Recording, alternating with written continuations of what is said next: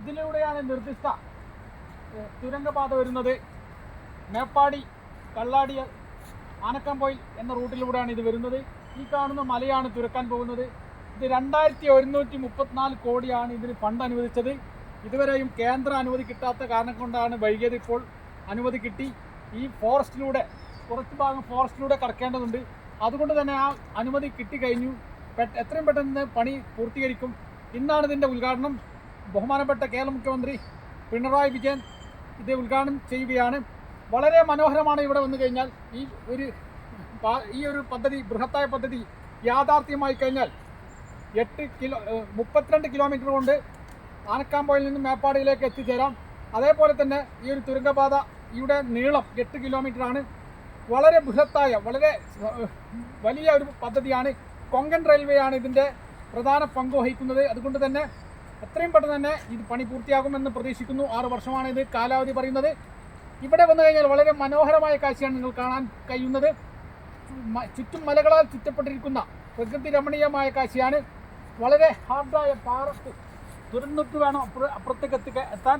ഇപ്പോൾ ഏത് നിമിഷവും ഉരുൾപൊട്ടൽ കൊണ്ട് നമ്മുടെ ഇപ്പോഴുള്ള ചുരം പല സമയത്തും ബ്ലോക്കാണ്. അതേപോലെ തന്നെ അത് വീതി കുറവാണ്. അതുകൊണ്ട് തന്നെ ഇവിടെ ഒരു പാലം നിർമ്മിക്കേണ്ടതുണ്ട്. ഈ പുഴക്ക് പാലം നിർമ്മിച്ചിട്ട് വേണം അങ്ങോട്ടെത്താൻ. എത്രയും പെട്ടെന്ന് തന്നെ അതിൻ്റെ പണി തുടങ്ങും. അതിൻ്റെ മനോഹരമായ കാഴ്ചയാണ് നിങ്ങൾ കണ്ടുകൊണ്ടിരിക്കുന്നത്. ഈ ഒരു പാര തുറന്നിട്ടാണ് അങ്ങോട്ട് പോകുന്നത്.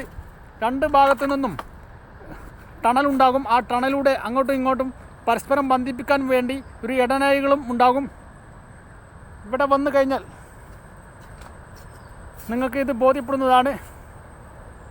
അതുകൊണ്ട് തന്നെ ഇന്ത്യയിൽ 3ാമത്തെ ഏറ്റവും വലിയ തുരങ്കപാതയാണ് വരാൻ പോകുന്നത്. അതേപോലെ തന്നെ കേരളത്തിലെ ഏറ്റവും നീളം കൂടിയ തുരങ്കപാതയാണ് ഇത്. പല സവിശേഷതകളും ഈ തുരങ്കപാതക്കുണ്ട്.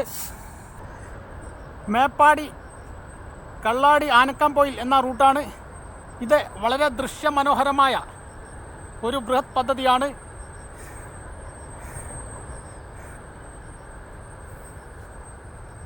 ഏറ്റവും കൂടുതൽ ആശ്രയിക്കുന്ന, വയനാട്ടിൽ നിന്നും കോഴിക്കോടിലേക്ക് ബന്ധിപ്പിക്കുന്ന, ഏറ്റവും ആകർഷിക്കുന്ന, ആശ്രയിക്കുന്ന ഒരു പാതയാണ് ഇപ്പോഴുള്ള വയനാട് ചുരം. പക്ഷേ അത് പല സമയത്തും ബ്ലോക്കായി അവസരത്തിൽ അത് യാത്രകൾ മണിക്കൂറുകളോളം ചുരം ബ്ലോക്കാവുന്ന അവസ്ഥയുണ്ട്. പക്ഷേ ഈ ഒരു പാത വന്നു കഴിഞ്ഞാൽ ഇവിടെ എത്രയും പെട്ടെന്ന് തന്നെ വളരെ ചുരുങ്ങിയ സമയം കൊണ്ട് തന്നെ വയനാട് കോഴിക്കോട് ബന്ധിപ്പിക്കാൻ കഴിയുമെന്നതാണ്